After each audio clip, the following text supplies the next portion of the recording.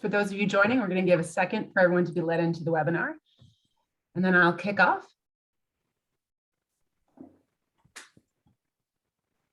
It's fun to watch attendees come in virtually versus come into a room. You can actually see the numbers creep up rather than watch the room get bigger. So it's a different experience, but I'm so glad to have everyone joining us.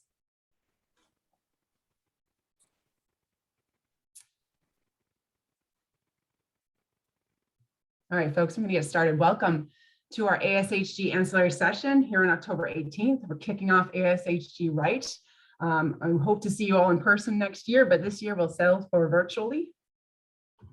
Our session today is entitled Genetic, Epigenomic, and Functional Approaches to Identifying Effector Genes for Complex Diseases. And I'm going to start off with a little prelude before I begin and introduce our four speakers today. But just in terms of housekeeping details, each speaker is going to talk for about 15 minutes. And we're going to give about 5 minutes for questions at the end. And if you have any questions as we go, please feel free to pop them into the chat or into the Q&A, and we'll make sure we capture those and address them after each session. And if we don't capture anything, we can also make sure we follow with you after the session if you don't have a chance to get your question answered.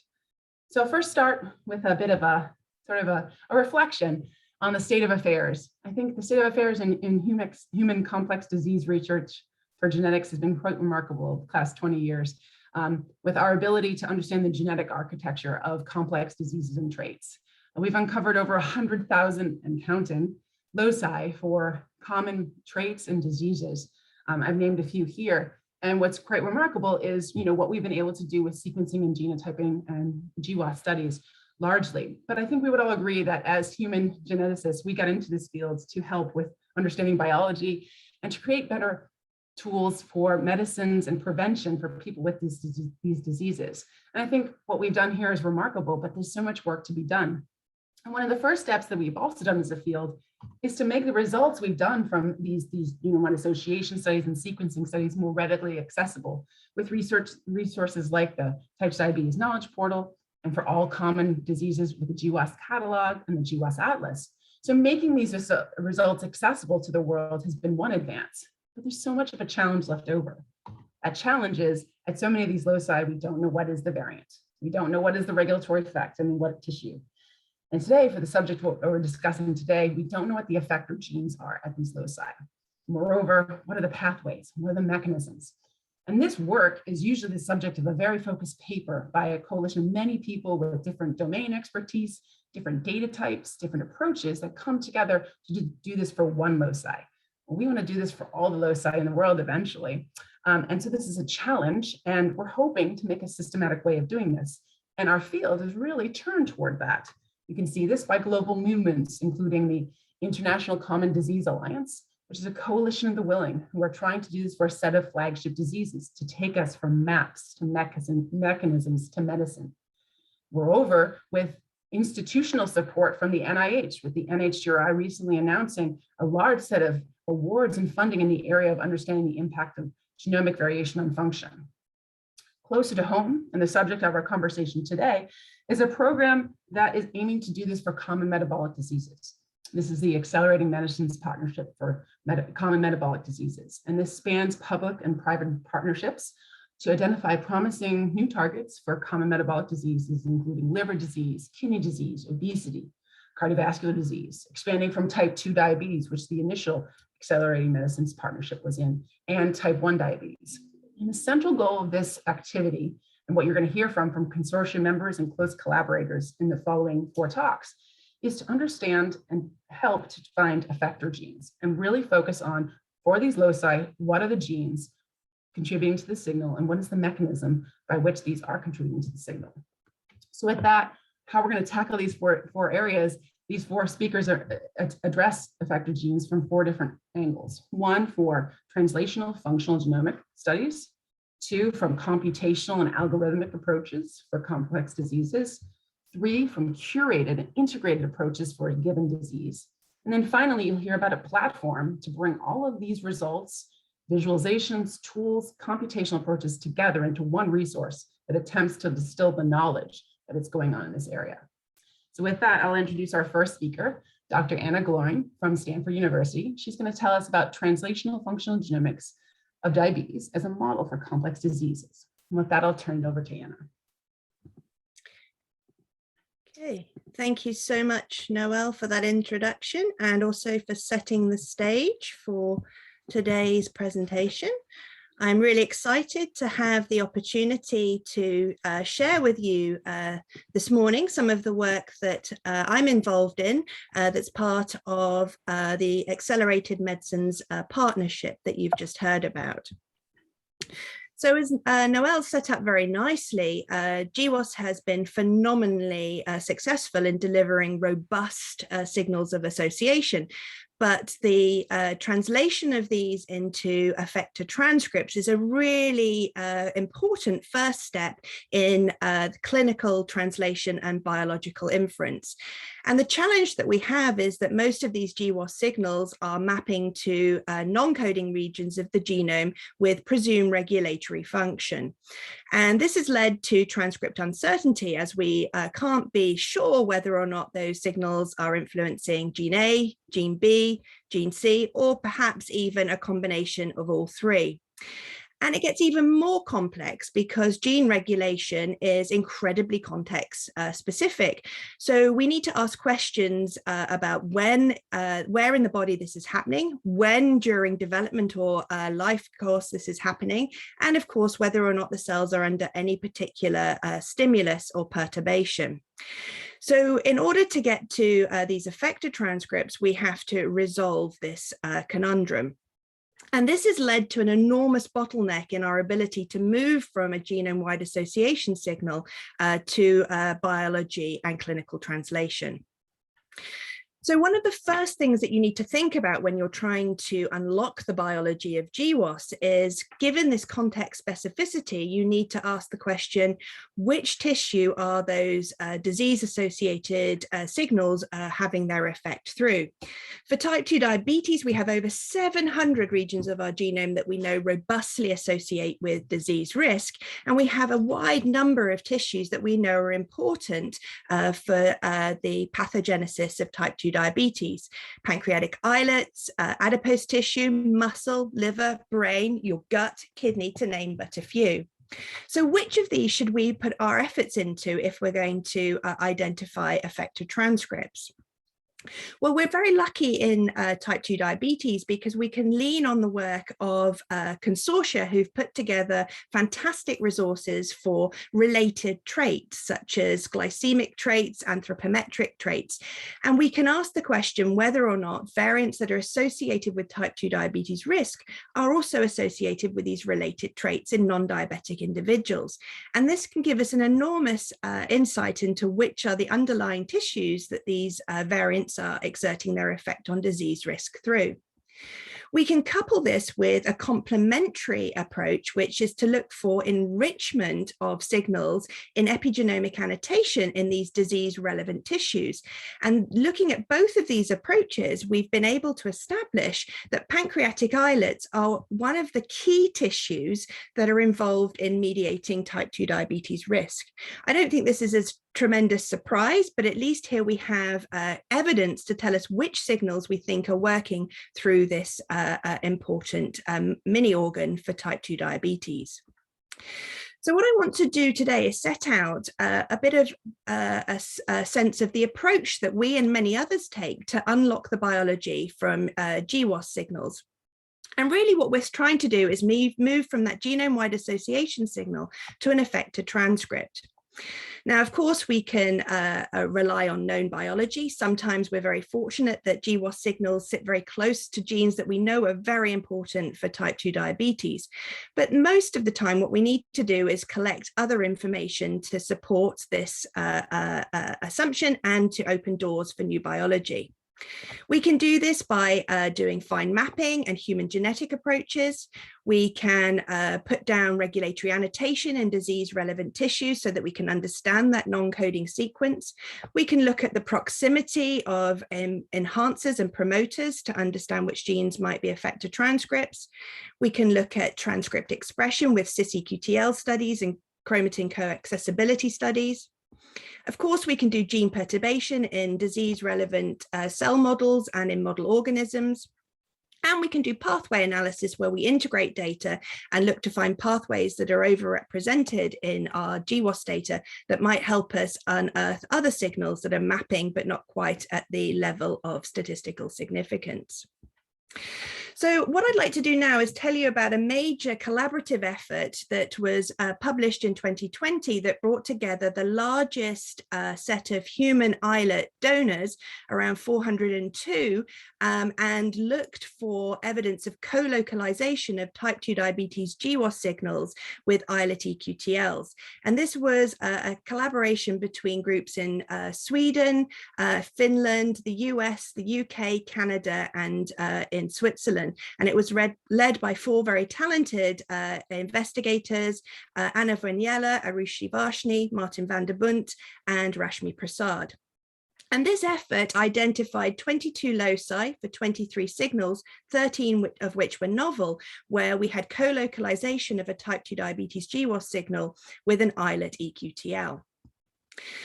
But although we've been able to identify potential effector transcripts at these loci, there's an important question that remains unanswered. And how can you tell if altering expression of these transcripts actually gives rise to a disease-relevant phenotype? So one of the ways that you can address this is to identify coding alleles that are associated with disease. And I like to think of coding alleles as being nature's gene perturbation assay.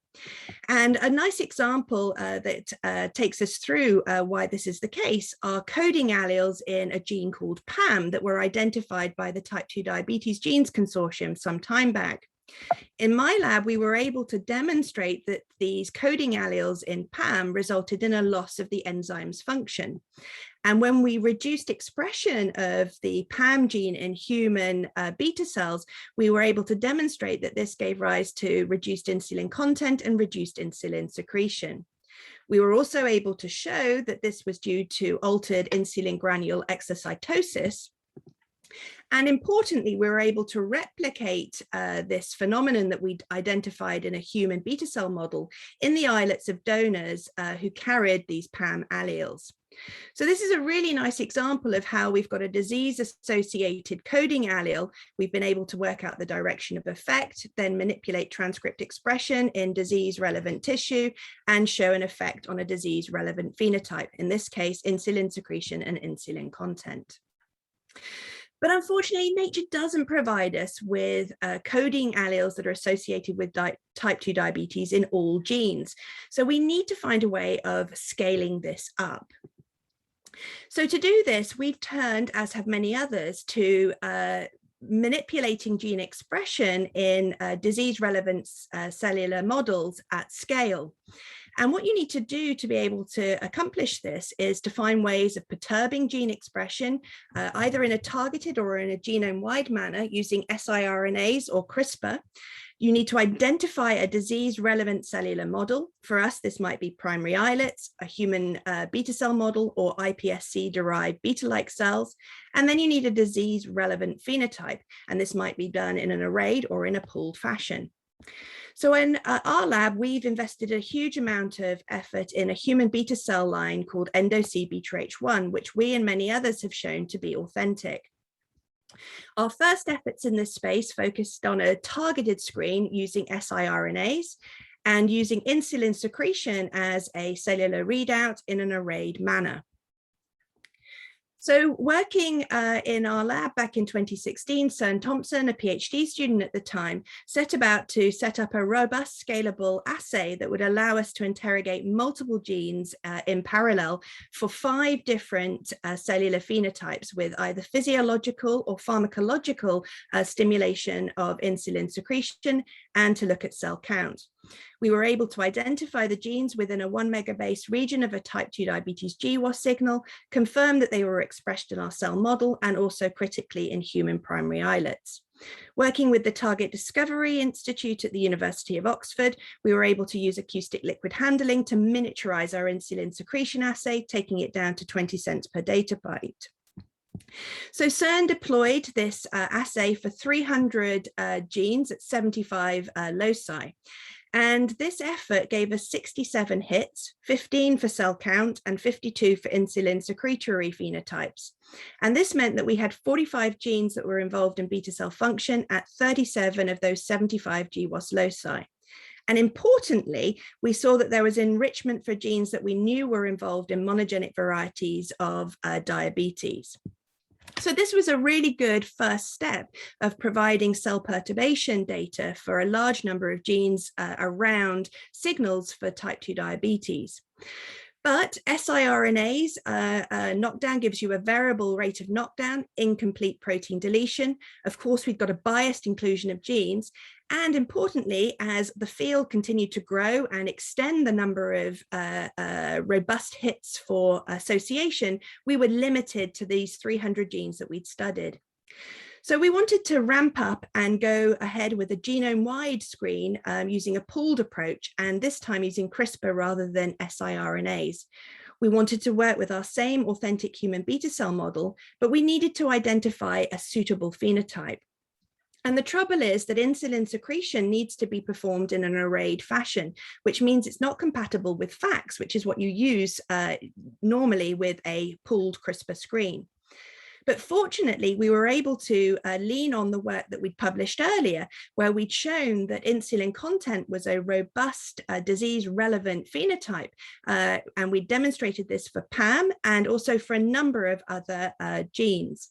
And this has the advantage of being compatible with FACS sorting. So at this point, Antia Groats, a PhD student in the lab, set about to design a pooled CRISPR genome-wide screen for insulin content. We decided to work with the Toronto Knockout Library, which has 18,000 genes with 4 guide RNAs per gene, and to use this library in the endo-C-beta-H1 cells, and then to grow up the cells and to separate them using FACS into pools of cells with low amounts of insulin and high amounts of insulin. We could then isolate DNA from the cell populations, sequence it, and then identify the guide RNAs that had given rise to low or high insulin content.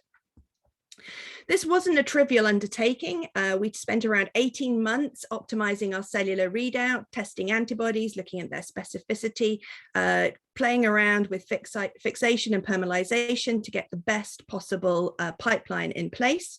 And then before we embarked on the genome-wide screen, we performed a mini screen using a set of genes where we had a high degree of certainty over whether or not they would alter insulin content.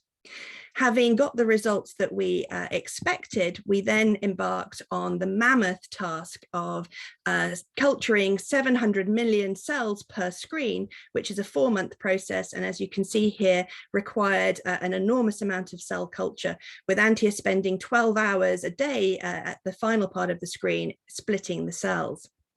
But thank heavens, this worked, and the screen was successful. And this was, again, a collaboration with the Target Discovery Institute in Oxford, headed by Daniel Ebner, with help from Elena Navarra-Guevara and Roberta Baroni. Here are the results of 2 replicates of the screen. As you can see, there was high concordance for the 2 replicates for the high insulin content for the reference population, but there was less concordance for the low insulin content. And when we looked into this, this came about with a lack of reproducibility between the guide RNAs. And on account of that, we decided to implement a stringent analysis where we would only include genes which had greater than 2 guide RNAs with a false discovery rate of less than 0.1. And this gave us a total of 580 genes where we had robust evidence that knocking these genes down gave us an effect on insulin content.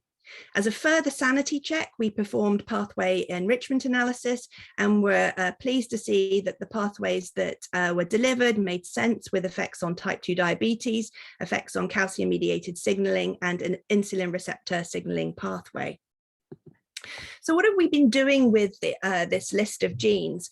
Well, one of the ways that we've been using this data is to try and add additional information to support the prediction of effector transcripts at type 2 diabetes GWAS loci.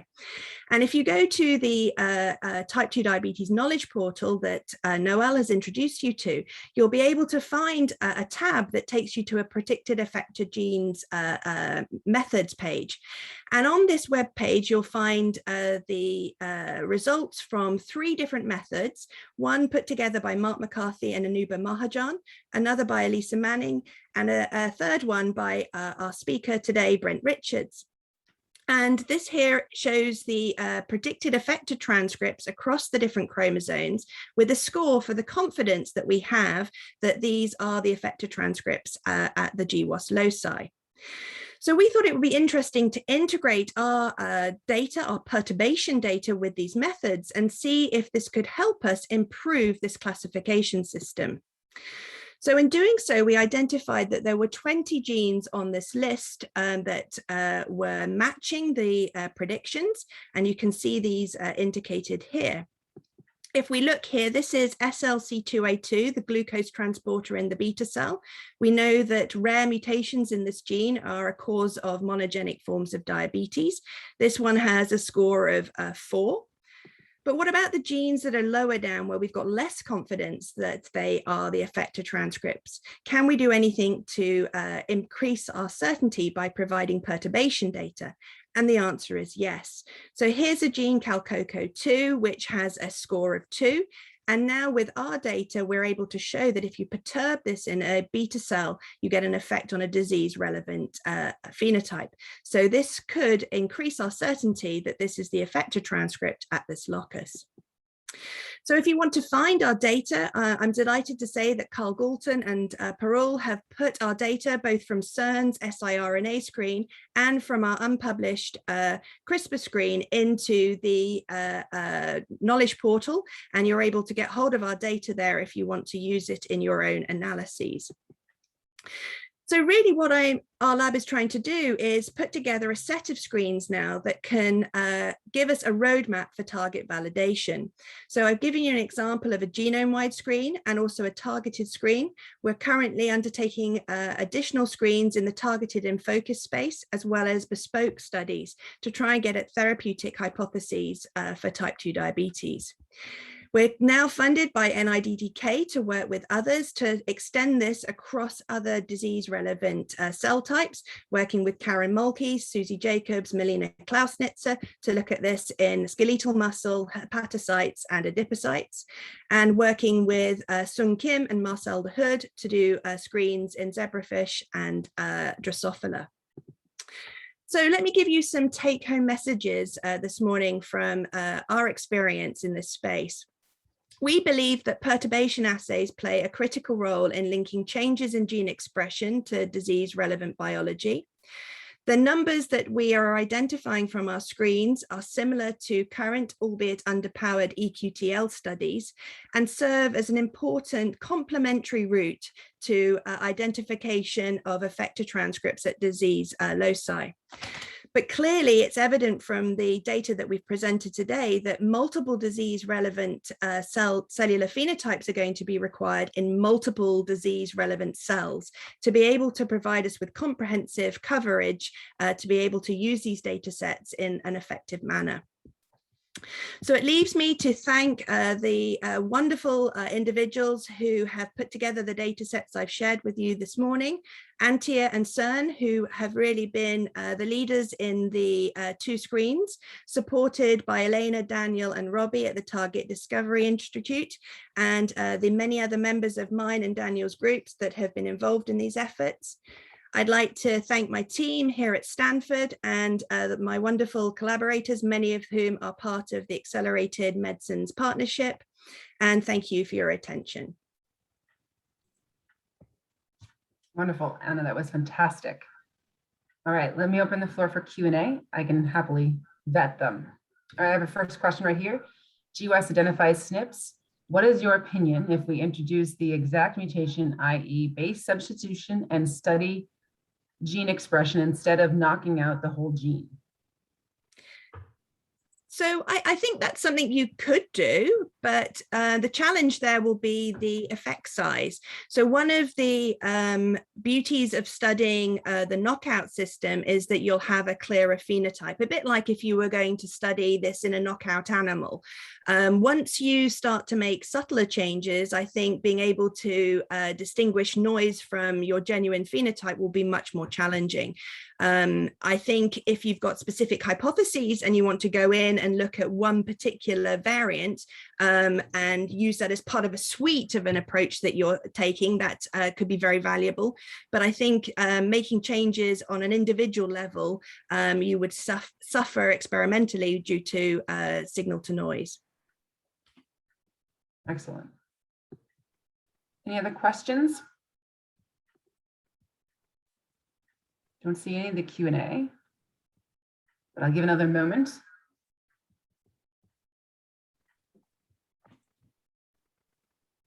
What are your views on complementing gene knockout with gene overexpression screens? Oh, I would love to be able to do that. We started to try and work up the sister screen for the insulin content to do a gain of function to couple that. I think that would be wonderful. And I think also it has huge advantages if you're interested in looking at therapeutic targets, because you'd be able to look at them across the entire functional spectrum. So I think they can be technically more challenging because the experimental pipeline isn't as straightforward as doing the knockdown, but a definite tool to add to your box and wish list of experiments you'd like to do. Beautiful. Two more. Have you tried CRISPR-A for expression increase? We haven't, but others have, including, I believe, I think the last question was from Ines Sabola. I know that she has used CRISPR-A and CRISPR-I in the endo-CB2H1 cell, so it has been done. I think it's certainly a very valuable approach, but you've got to start somewhere. Excellent. Do you plan to study other tissues, or do the phenotypes link to those not so easy to study / not so clear? As I alluded to at the end, I'm fortunate to be part of a consortium where I have some really fantastic collaborators who have expertise in other cell types. So working with Melina Klausnitzer, who is an expert in adipose tissue, she's running similar types of screens with different cellular phenotypes, Susie Jacobs for hepatocytes, and Karen Mulkey for myocytes. So it's fantastic to be able to bring people together with expertise in particular cell types and who've established assays that they can run using hopefully a common pipeline. Wonderful. Are there methods that allow you to introduce multiple combinations of variants, given that the effect of a single variant is small? Maybe introducing more at the same time would result in a larger effect? I'm not entirely sure I follow the rationale of the question, so I'm going to answer it, and forgive me if I haven't quite answered your question. I think there is another way that we could use cellular phenotyping and get at common variation, and that's to work at scale to do something called a GWAS in a dish. And this is where you might, for example, take biopsies from a large number of individuals, say for adipose tissue, and then look at their cells. So a bit like doing a population study, but doing it on their cells rather than on the individual. And one of the experiments I would love to see happen is an ethnically diverse set of human iPSCs that can be differentiated into an array of disease-relevant tissue cell types of interest, and then to do cellular phenotyping on that common resource. And I think that would allow you to start to look at common variation and also in different genetic backgrounds to get at some of the challenges there that a number of you have asked questions about this morning. I think we'll take one more question and then we can answer them offline because they're all recorded here. And I think Anna can address these online. I suspect more muscle insulin resistance from patient histories. Anyone looking at this?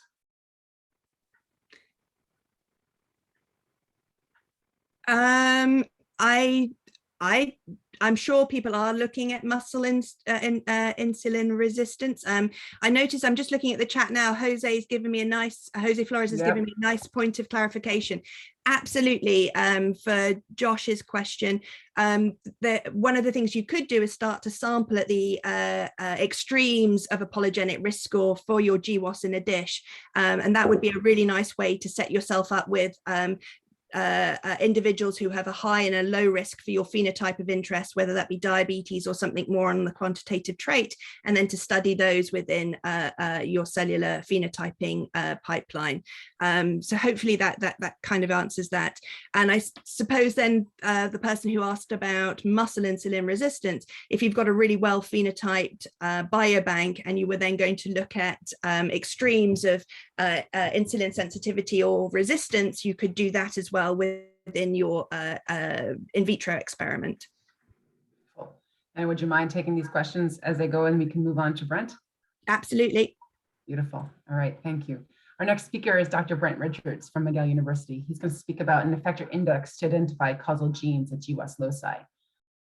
Brent, I'll give you the comm. So I'm hoping that you can see this. We can, we're good. Great, good. So Noel did a great job setting this up because she really described what I think is the central problem in human genetics, moving on from mapping the human genome to common diseases and traits, and that's trying to identify the effector genes. And I've chosen really to highlight what I think is probably the most important output. Anna commented on both understanding biology and drug development, but I think the two are part and parcel, but hopefully what I think we're all trying to achieve is be able to develop medicines to be able to improve our patient care. And I think that this map that we've created over the last 20 years has tremendous potential to do so, because it's probably one of the only maps that has been able to be created that underlies the causal determinants of disease, and how these are acting is really one of the more important questions in human genetics. I'm going to talk about the effector index, and this is a method that we have developed to prioritize genes at GWAS loci. So if you imagine, if you will, when you do a genome-wide association for any trait or disease, you identify a locus, and in that locus may reside one or multiple genes. And the assumption is that that common genetic variant associated with the disease of interest is acting through one of those genes. And so the purpose of the effector index is to assign a probability of causality, where that is a number between 0 and 1 for each gene of that locus, to try to identify which genes should be prioritized for downstream molecular studies, such as CRISPR or any other studies, or to be the targets for drug development. So to work on this project, we were very lucky to have 4 key people. So many people contributed to this, but a lot of the work was done by Vince Forgetta, who is a research associate in my lab, as well as Lai Jiang, who was a PhD student in Celia Greenwood's lab when most of this was being done. Celia Greenwood is a statistical geneticist here at McGill University and a longtime collaborator, as well as significant input from Matt Morano, who has worked on many different parts of this problem from NYU. I'm just going to disclose conflicts of interest and then really get to the problem.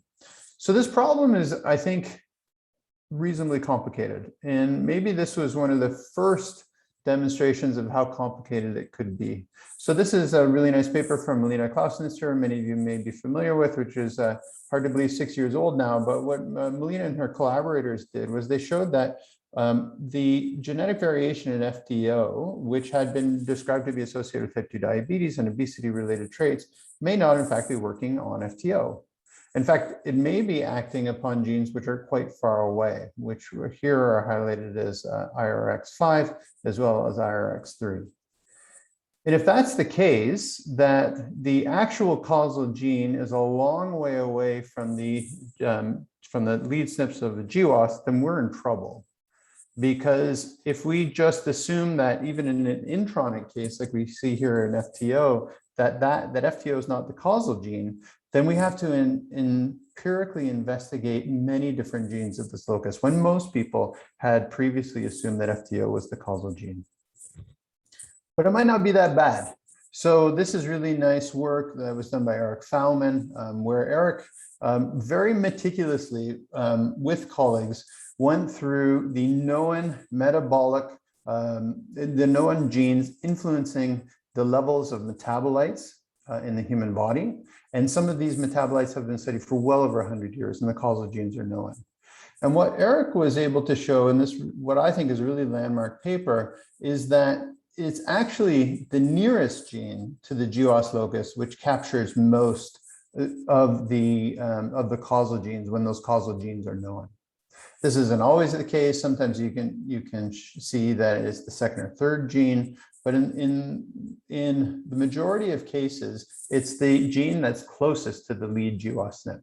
And if that's the case, then things are quite easy.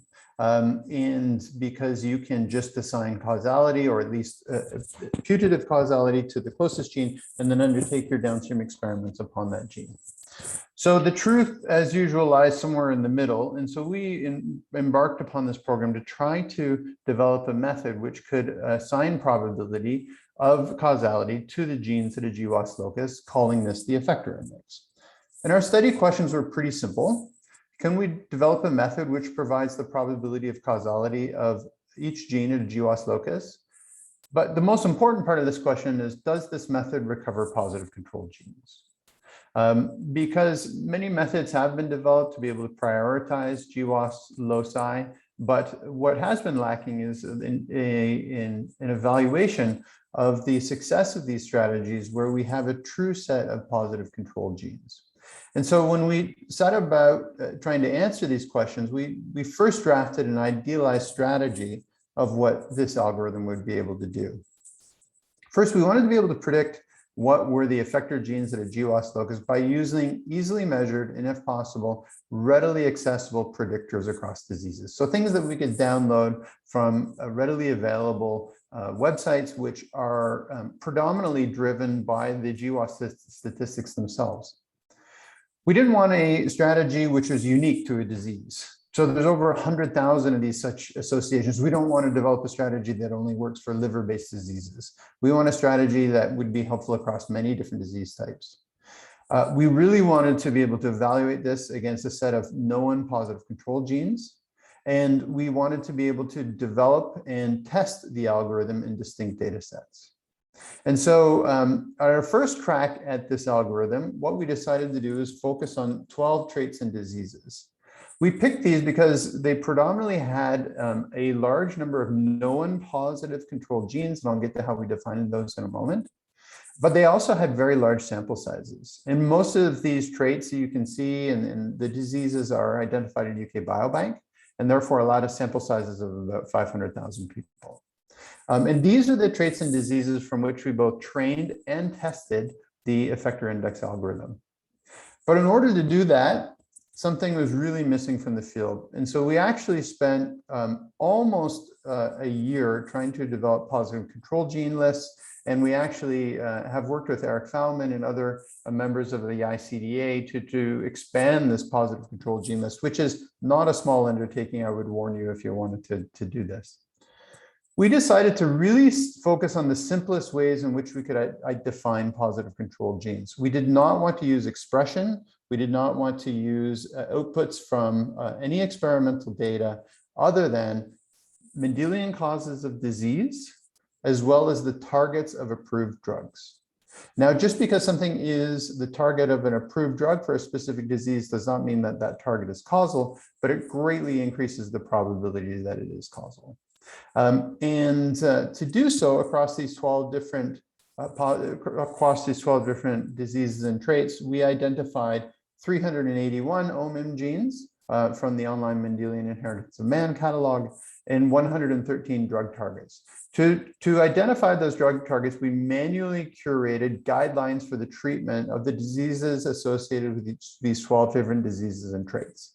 And that was done by clinician scientists. And then we took each of those drugs, which was considered to be guideline approved, and identified their targets using the drug bank database. So what that enabled us to do is not just to take a drug that was approved in one country and used in one guideline, but rather to take the approved guideline level drugs for each disease and trait of these 12 that we had previously identified to be the topic of our study, which rendered us 113 different drug targets. Now, as you would imagine, there was overlap between these. So some of the Mendelian causes of disease are actually successful drug targets. But what this allowed us to have is several hundred positive control genes from which we could train and evaluate the algorithm. The effector index is not the only approach to trying to be able to solve this problem, but comparing to other methods, which I've just listed a few here, it is the only one that uses as its outcome the positive control gene list that we're aware of. And so all of these use different approaches to the problem, such as eCaviar uses colocalization of eQTL signals to detect target genes. But really what we're trying to do is see if can we recover the Mendelian causes of disease, as well as the drug targets that are approved for medicines for these diseases and traits. And so when we assembled the data and the GWAS summary statistics, several of which we had to undertake ourselves, this rendered us fairly large sample sizes. So these are all of the GWASs that we used. You can see the number of individuals here. The number of harmonized SNPs across the GWAS was quite high. The number of lead SNPs was anywhere between the low 100s to up to 4,000 for height, which rendered a variable number of loci. And very importantly, we find mapped these loci, and I will get to that in a second. And then we tested ways within which we could develop an algorithm to tie these find mapped SNPs to the positive control genes. And how did this fine mapping work? Well, what we did is we took the input GWAS, we combined that with an LD panel from UK Biobank, undertook clumping. This resulted in lead single nucleotide variants, which we then padded the locus to identify a lead locus and undertook fine map. And we had a lot of help from Christian Brenner, who's now at Regeneron, who helped us implement the fine map software, which then gave us a list of potentially causal SNVs. So that gave us the list of SNVs. Now we needed the list of genes, which we're trying to tie these SNVs to. And so they had to overlap the locus, and this gave us and they have to overlap by at least 50%. And this gave us a set of genes which resided at the locus. And our challenge was to be able to develop an algorithm which can identify the causal gene at this locus. We took those SNVs and applied to them several different annotations, which allowed us to tie these to the gene. So does it overlap the gene? Is it the SNV nearest to the gene transcription start site? If it's coding, what is the deleteriousness of this?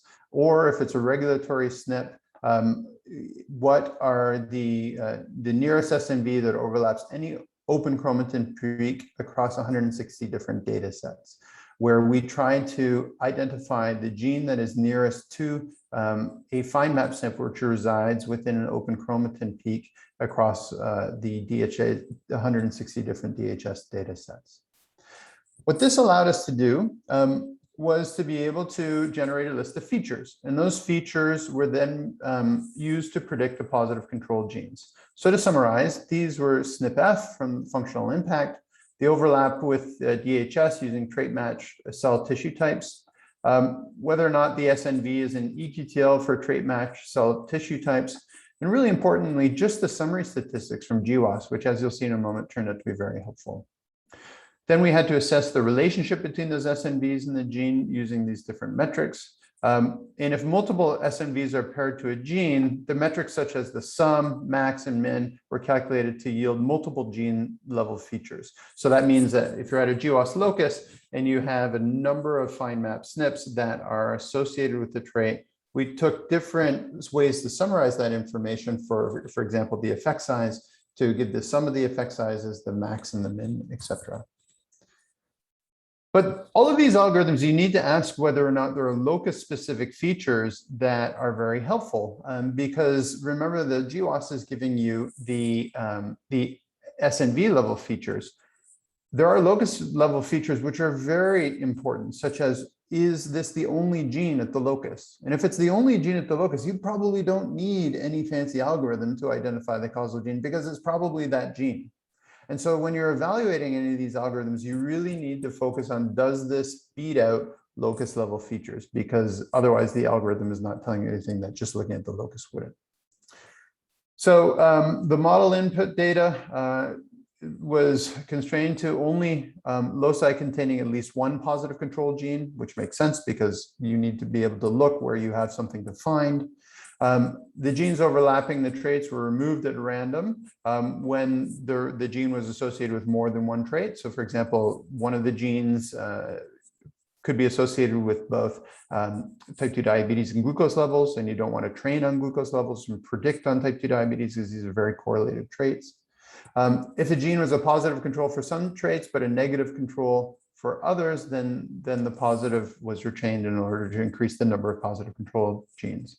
And then what we did is just simple leave one out training and validation, where we took the 11 traits and diseases, trained on, so we took 11 traits and diseases, trained on these, and then predicted on the 12th, and then reiterated that across all different 12 traits and diseases. Celia Greenwood and her team really spent a lot of time trying to understand which models to use. We used several different models, including some benchmarks in the field, eCaviar and Depict. We used XGBoost, logistic regression, and just a nearest gene approach. We evaluated these using areas under the receiver operator curve. But what is probably more useful is to look at the area under the precision recall curve, because there's a very large imbalance between the number of true positive genes and the number of other genes at the locus. And so when you have that large imbalance, it's probably more helpful to be able to look at precision recall curves.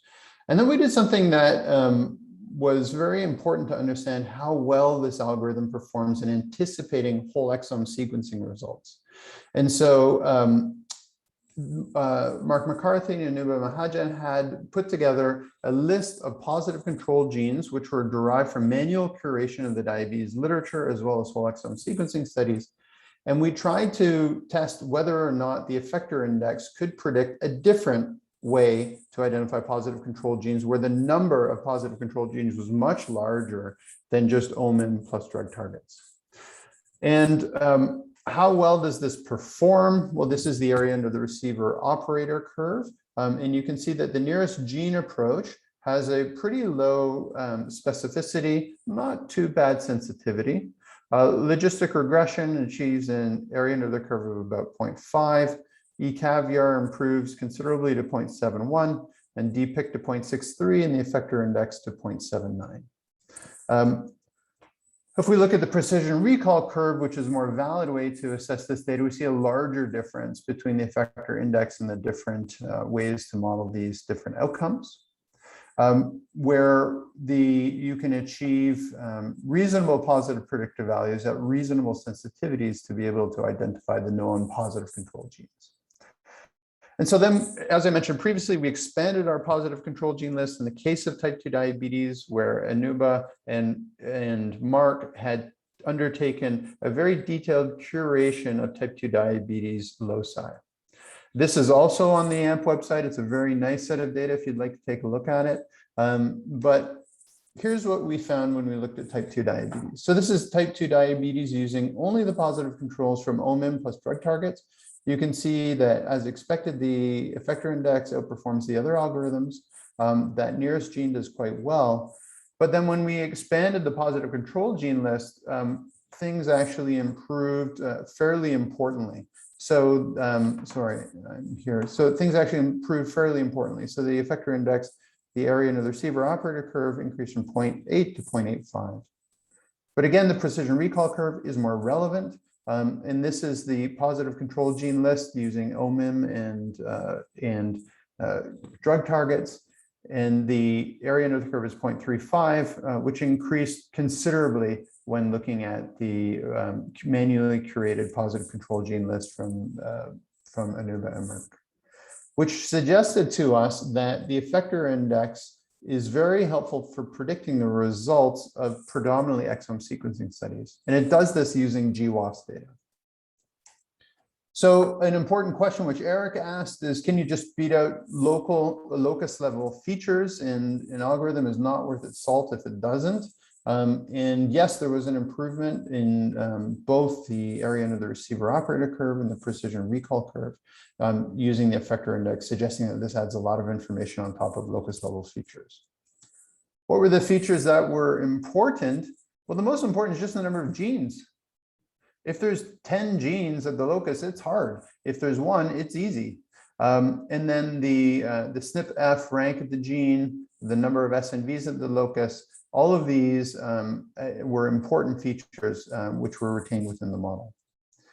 You can actually take a deep dive on this data. It's all available within the AMP portal. This is the URL here. This is just an example screenshot. So you get an actual probability for each of the genes for the different traits that or diseases that you're interested in looking at. So the limitations is that we're only, this is our first iteration of this algorithm. There's only a limited set of diseases. FindMap is required, and you need individual level data to do this, which makes access to a lot of different data sets difficult. I'll point out there is no real gold standard, but things improved dramatically when we used what was predominantly whole exome sequencing results. Only large GWASs were used, so we don't have any idea how this performs in small GWASs. And accuracy estimates are definitely deflated because most causal genes are not known. Summarized using a simple set of metrics that are available for most GWAS, the effector index can generate reasonably helpful probabilities of causality across many traits and diseases. Prior biological information is not required. Performance improved for type 2 diabetes with additional data supporting causal genes. Distance to gene is a helpful metric, but EI outperforms this metric easily. We will provide the GitHub upon publication. We definitely welcome your feedback and suggestions. And I'm just going to close by thanking the FNIH for funding this, as well as our partners, both at NYU, which is Matt Morano's lab, Celia Greeno's lab here in Montreal, and important input that we had from our pharmaceutical companies, both Regeneron, Pfizer, GSK, and Genentech. And it'd be very helpful to take any questions that people may have. Wonderful, Brent. That was great. I think we're going to take one question, and the rest I'm hoping we can address in the Q&A as we go. Quick question. Did you compare POPs for this method, the Finucane preprint? No, we did not. That was not available when we actually finished these analyses. Right. Brent, there's a couple of questions in there. If you could address those as we move on to our next speaker. Sure. I'm delighted to introduce Krishna Aragam. He's going to tell us about integrated and curated approaches for generating effector lists for coronary artery disease. Krishna, I will give you the com. You're all set there. Oh, well, let me see if this, works out okay here. Let me know if I'm just put this on presenter view, if this is, you're getting the right screen or not. We're about to. We see your slides. Beautiful. Is that the right screen or right to swap the display? No, it's perfect. Looks good. Okay, great.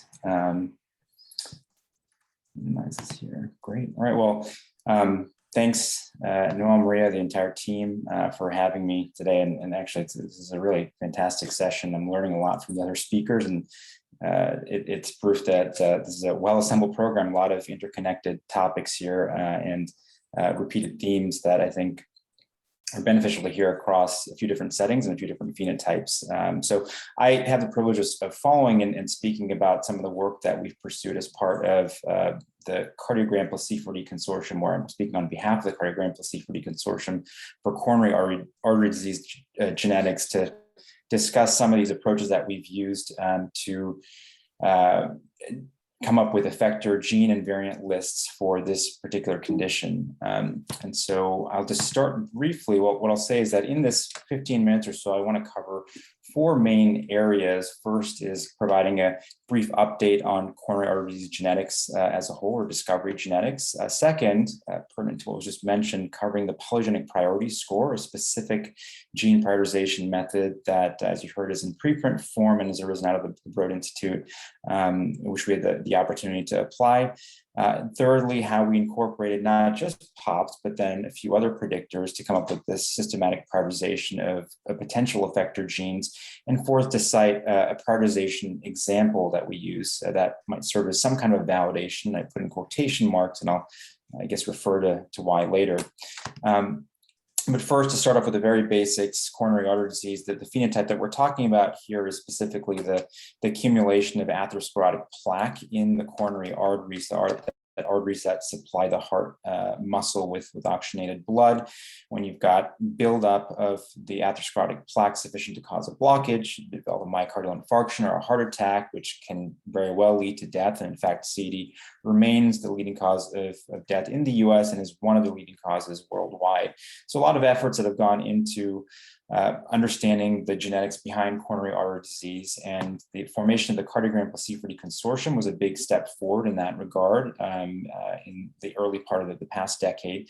And I'm citing here what I call the last real international collaborative of the Cardiogram Placidity Consortium, analysis of 1,000 genomes data, which assembled 60,000 cases of coronary artery disease and identified 58 genetic variants associated with coronary disease at genome-wide significance. We're now building off of that, and over the past few years have now assembled across these various other biobanks, clinical trials, cohort studies, and so forth, and now with some transethnic populations as well, over 200,000 cases of coronary artery disease. And this is an effort that's been led, many individuals involved, but co-led by my collaborators at the University of Cambridge, Adam Butterworth and Tao Zhang in particular.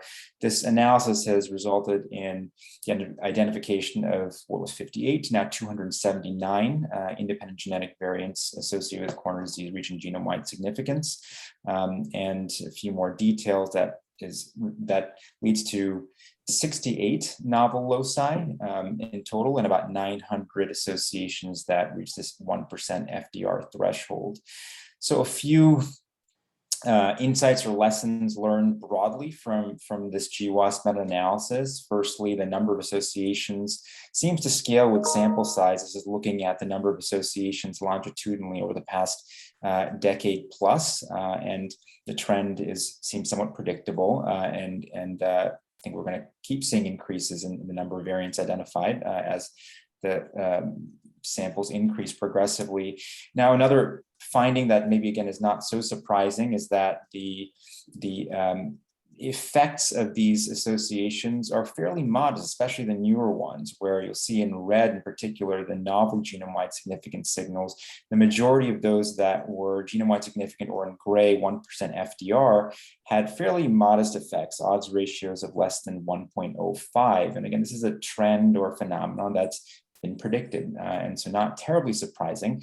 But I think it's also been fairly well accepted that just because a variant or a common variant has a fairly modest effect, which is probably why it's fairly common, doesn't necessarily mean that it is not going to be useful in some particular way. A good example is that we uncovered the HMGCR locus among our signals, and this encodes, I bring this up because it was a weak effect, but this gene encodes HMG-CoA reductase, which is the target of statin therapy, which, as many know, is perhaps the single most useful and effective therapy for primary and secondary prevention of cardiovascular disease and heart attacks. So suggesting that there's still utility in looking at these genome-wide significant signals, even if they have modest effect, because there really could be gold if we dig deeply, and if we importantly identify the mechanism behind those association signals and how they relate to disease risk.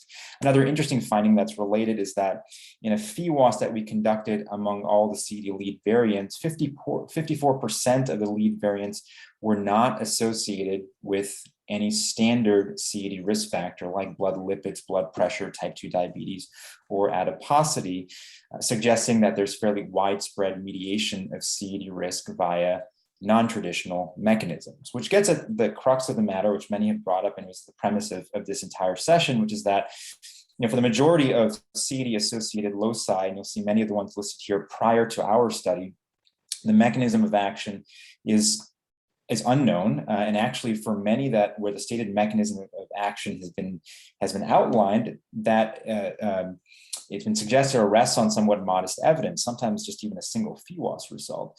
So while we've made a lot of progress with identifying these signals, we're still, again, very limited in linking our association signals to particular mechanisms. And oftentimes that's because there's uncertainty around the causal variant, the causal gene, or both. And so that gets us to the current study where after conducting our primary meta-analysis, among the various post-GWAS analyses conducted, we really focused on a couple, and I'll focus on one in particular, but I just want to mention that we broadly conducted analyses to better identify the effectors mediating these specific association signals for CAD. And as mentioned in one of the prior talks, we also looked at epigenomic annotations to then perform functionally informed fine mapping using the FGWAS approach to identify potential causal variants. But I won't focus on that as much here. We're really focused on this causal gene analysis, where in particular we incorporated the polygenic priority score, or POPS, and then took POPS as part of 7 other features for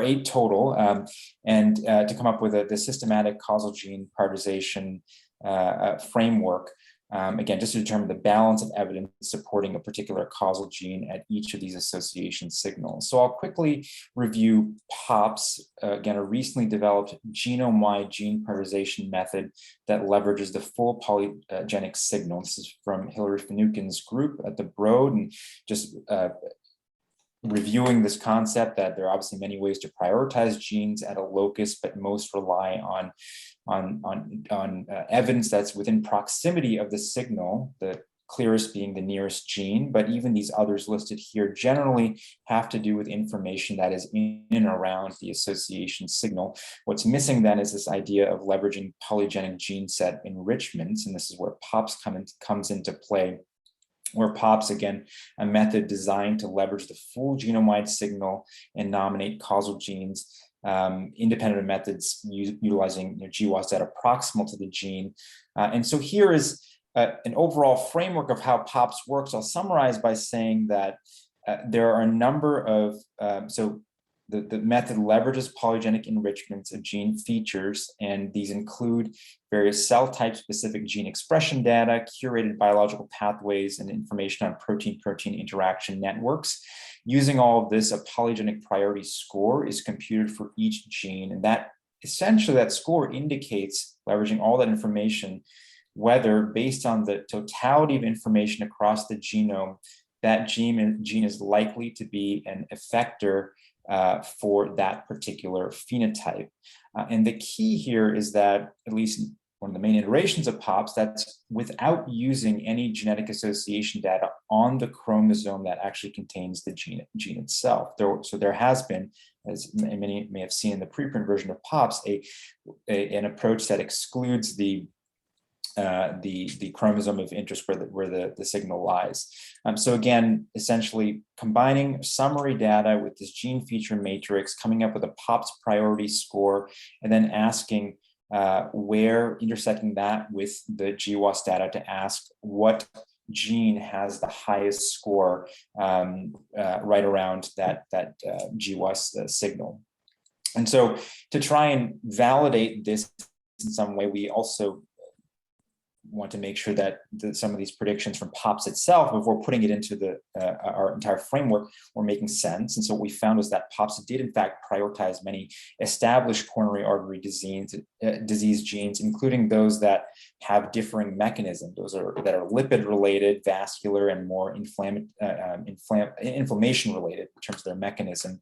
And not only that, but POPS seemed to prioritize many loci due to pathways or mechanisms that were somewhat sensible. So what you're seeing here is for LDLR and ApoC3, the list of POPS features that help to prioritize this gene in relation to CAD.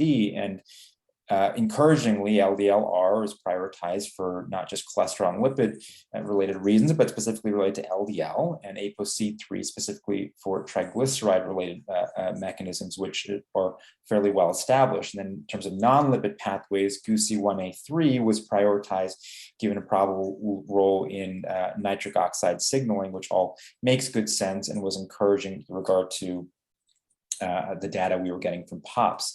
We also evaluated with POPs these feature clusters, which in aggregate tell us something about about the association with the phenotype of interest. And these highest ranking feature clusters contain features indicating homeostatic regulation of blood lipids, endothelial smooth muscle cell function, and other sets that made good sense. But there were also some interesting high-ranking clusters that highlighted early developmental processes and signaling pathways like nuclear signaling involving the cell cycle that might be somewhat less recognized but important mediators of CAD risk.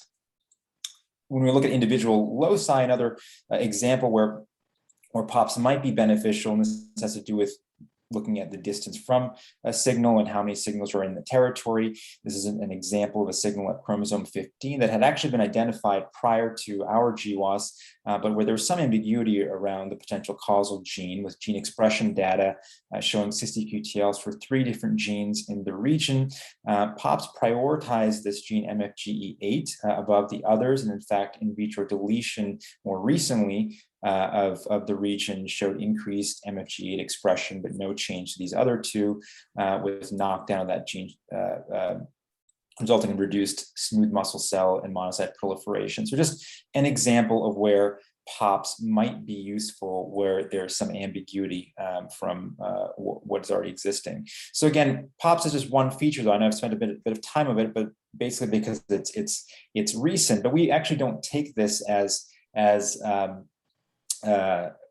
somehow elevated beyond the others, more that it's complementary because it's providing these polygenic gene set enrichment. So we put POPs alongside 7 other features or predictors, and they were quite simply, again, the nearest gene to the sentinel variant, whether gene was causing a relevant monogenic disorder, the gene was implicated by a drug trial or a Mendelian randomization, whether it was prioritized by POPs, EQTL in a CAD relevant tissue, and gene relevant phenotype with a relevant phenotype in a knockout mouse, whether there's a protein altering variant, and whether a gene had a previous rare variant of CAD association. For the sake of time, I'll just mention that I want to highlight here that there are a couple of these that are nearest gene and being associated with a protein or altering variant that are used broadly, but these 6 others are fairly disease specific. And I'll just mention that again, among monogenic disorders, we're looking specifically at disorders that are cardiovascular relevance, similar for drugs and MR studies related to CAD in particular. Obviously the POPs results are specific to CAD. And then for gene expression data, we were interrogating data from the StarNet and the StarNet study, which comes from specifically from 600 CAD patients, and from GTEx. Across these 2 studies, we're looking at tissues that are most relevant to coronary artery disease. So again, trying to be very specific to the phenotype of interest, looking at specific mouse phenotypes related to cardiovascular physiology, lipids, and body weight. And of course, again, looking at rare coding variants that have been associated with CAD either individually or in aggregate previously.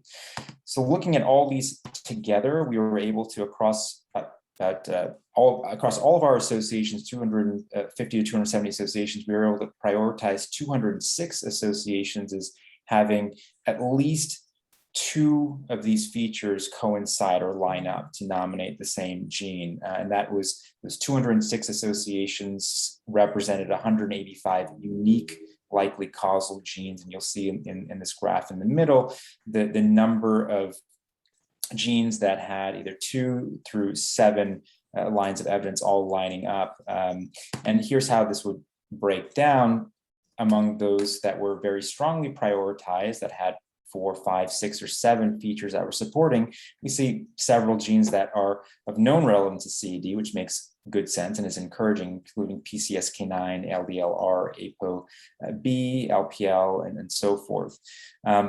There are a lot of things that we could go through for this, but I'll just mention again, just for the sake of time, and happy to talk and answer questions later, that out of positive control genes, and these are the 30 genes that we curated as a consortium using different lines of evidence.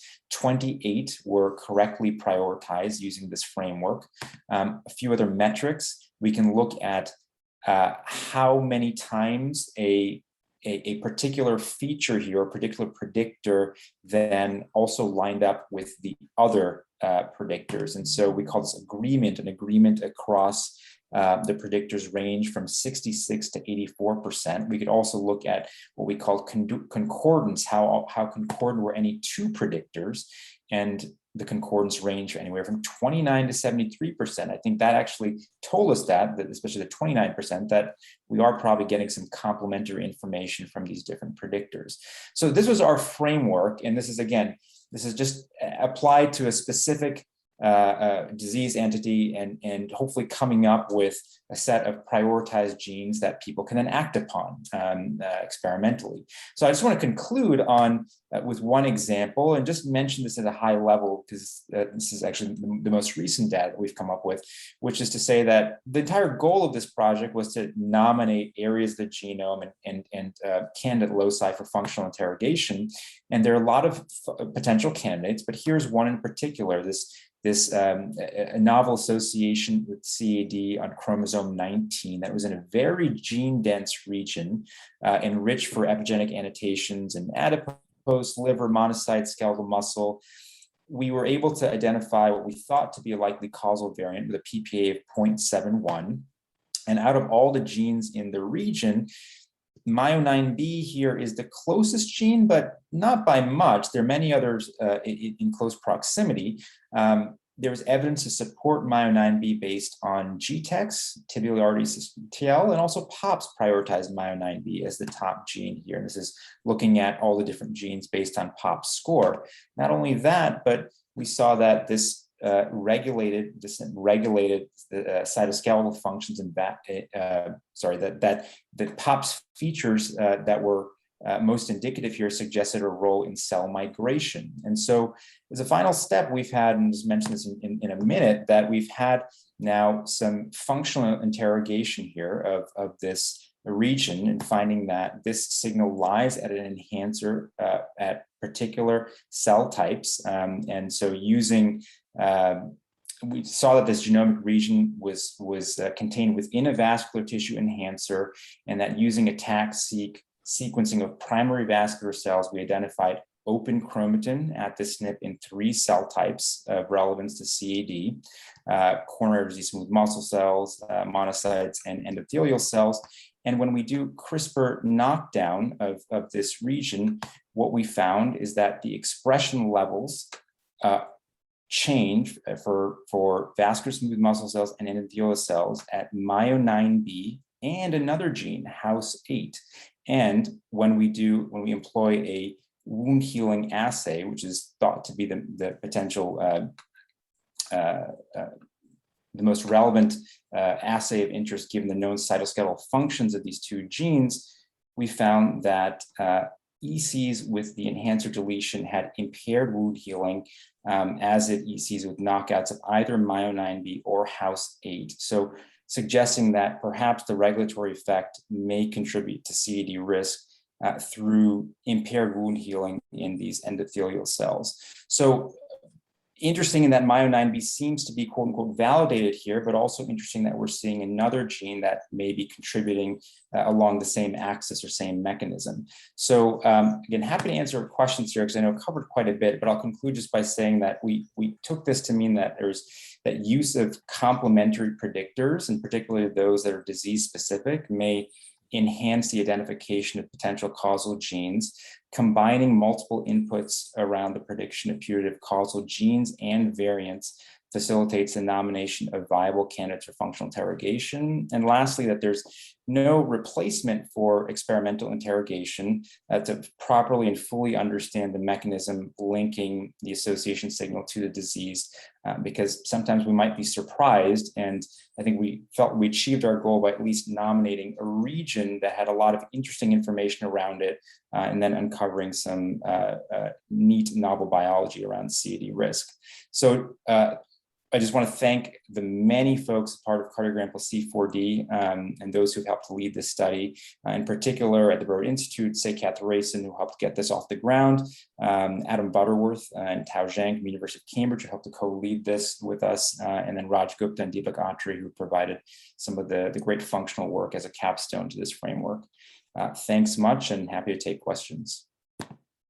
Krishna, that was excellent. Thank you so much. In interest of time, just making sure we have some times for a question at the end, just because the session will end. And I ask that, Krishna, if you can address some of the questions in the Q&A offline, and we'll switch right to Jason for our final speaker. Jason Flannick is going to speak about providing access to effector gene predictions for complex disease researchers. So I will let you share the screen. Jason, that's lovely. We can see you. All right, thank you, Noelle. And thank you to everyone who has stuck around to the end of this session, and thank you all for coming today. We've heard a couple of three really good perspectives on approaches to identifying effector genes. Anna, gave a very experimental approach, talking about, characterizing genes or more systematic screens. Brent talked about an informatic method to integrate various features. And then Krishna gave a really good perspective from, a disease researcher who's more focused on a particular disease and how they think about moving from just producing GWAS to now going further and giving us their best guess at what the causal variants in genes are. And of course, this question of identifying effector genes is part of this broader goal that Noelle mentioned of going from variant to function, which Anna also alluded to. And we're starting to see all sorts of initiatives crop up in this space as well, whether that is from the perspective of disease communities like the Accelerating Medicines Partnership for Common Metabolic Diseases, which is we're involved with, whether it's disease agnostic, such as the recent IGVF consortium that was announced by NHGRI, or these partnerships amongst disease communities like the ICDA. So the point of this is really to emphasize that over the next coming years, this is really the area of research for complex disease genetics. There's going to be tons of initiatives, tons of data, tons of knowledge coming out of these. And if you're a person who's interested in doing research in this space, you're going to be spending a lot of your time developing ways of predicting effector genes and then downstream biology. But what I want to talk about today is really the people who are going to make use of all of these data and all of these results. So this was a figure from a paper, a review 8 years ago by Robert Plenge and Ed Skolnick and David Altschuler that argued for the value of effector genes, or more broadly, genetically validated genes in the context of drug discovery. But of course, there are many people, many experimentalists who don't really focus on genetics primarily, but are still studying genes that they might have hypothesized are relevant to biology and really would like to get access to these types of predictions that we're making as geneticists, that they could go to some place and say, of everything that's ever been known for this disease area of interest, what's the canonical list, quote unquote, of the genes that we think are effector genes, right? So these could come from deep studies into specific genes or loci, like the Klausnitzer study that Brent mentioned. It can come from GWAS, like Krishna mentioned, or this other study for type 2 diabetes that try to take the results of a GWAS and come up with a list of which of the effector genes for those signals. And of course, it can come from the application of different bioinformatic methods like Brent described. Now, there's not really a place, though, that you can go to access these information today. You could, of course, try to keep up with the literature and try to run the methods yourselves, but obviously that's very hard to do, even if you're an expert in a given disease, let alone if you're somebody who's more tangentially involved with it. Resources like the GWAS catalog and our portal, which I'll talk about in a minute, allow you to type into a gene, but they really just tell you whether that gene is nearby a signal and not obviously really whether that gene has confidence for an effect to be an effector or a causal gene. And then of course, there are other resources that have particular bioinformatic algorithms that they've run, like POPs or others. But again, that's really not aiming to kind of integrate all of the different approaches that are out there, 3 of which we've seen today, but of course, there are many more. So what I'd like to do today is just briefly go through how we are trying to take steps towards representing this type of information for every one of you and all of your colleagues to access through the Common Metabolic Diseases Knowledge Portal. If you're not familiar with that, you can access it and play around with it at cmdkp.org. In brief, it's a resource of genetic associations and genomic annotations with a heavy focus on common metabolic diseases. It initially started with a focus on type 2 diabetes. And I encourage you to check that out if you're interested in many of its different features. Today, I want to talk through a specific tab on the main page called Predicted Effector Genes, where you can access all of the predictions that we're starting to curate, and in particular, approaches that really mimic the 3 talks that we've seen today. And I'll just kind of briefly want to show you, what we have up here and how you might use them and access all of the information that's been discussed today. So on each of these pages, I've clicked here through a curated list that is the Mahajan and McCarthy list that was alluded by several people.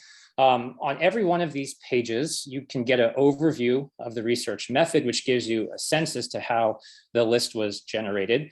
In this sense, this was a manual effort that was similar to what Krishna described, but a little bit more simple, basically manually curating the literature to see whether there was either evidence of a coding variant of the gene that was causal for an association, whether there was a regulatory link between a GWAS variant and the gene, and whether there was perturbational evidence like the type Anna described, or in model systems. And then there's also a table that will give you a list of all of the genes that have been predicted by that method. Similar to Krishna's 8 predictors, the McCarthy and Mahajan list combined these different predictors into 5 different tiers. And again, this is an unpublished method, but you can read about it and you can see by expanding this evidence tab on the right, exactly what went into those predictions. So for GCK, for example, there was evidence of rare coding variants for a monogenic form of diabetes. There was a publication that used islet chromatin conformation to link a GWAS variant to that gene, and then several phenotypes from animal systems. Also on the homepage are the Effector Index predictions that Brent mentioned. We have these for 11 traits. I'll show you them for diabetes. Again, the page is very similar to what the other page looked like, again, with an overview of the method if you don't want to read through the whole paper.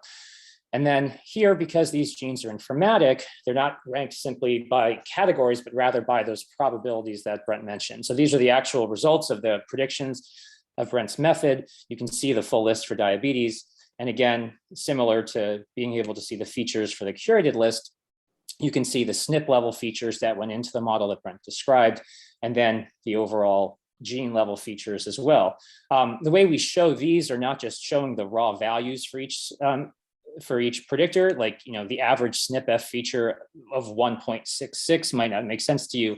So we show the distribution of that gene relative to all of the other genes that were analyzed, which allows you to kind of at a glance see which features were the most important for making this prediction.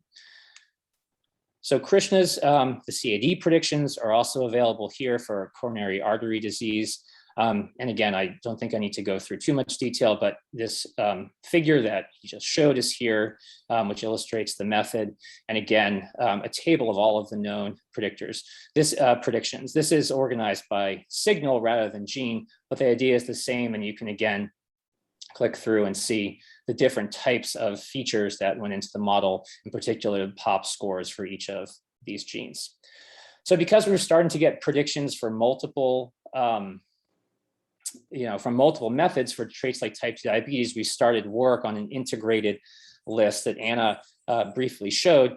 The idea here is to kind of take each of the methods, which have their own categories for the top genes, kind of rank them on this scale from 1 to 5, just based on the quantiles in which they fall, and then kind of put them all together according to the top score amongst all the methods. And you can sort and view these and filter them in different ways.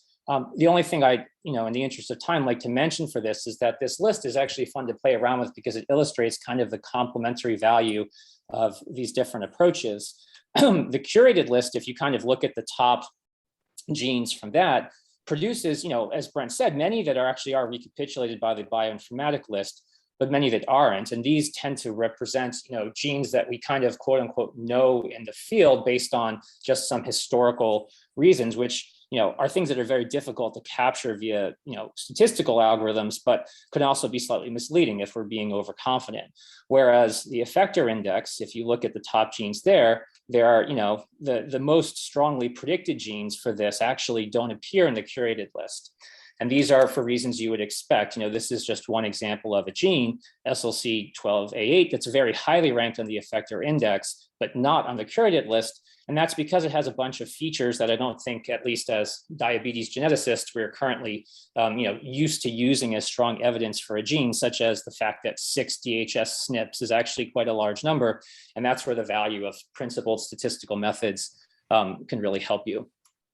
So just one final thing I'd like to show, there's also another way to enter into this list of effector genes.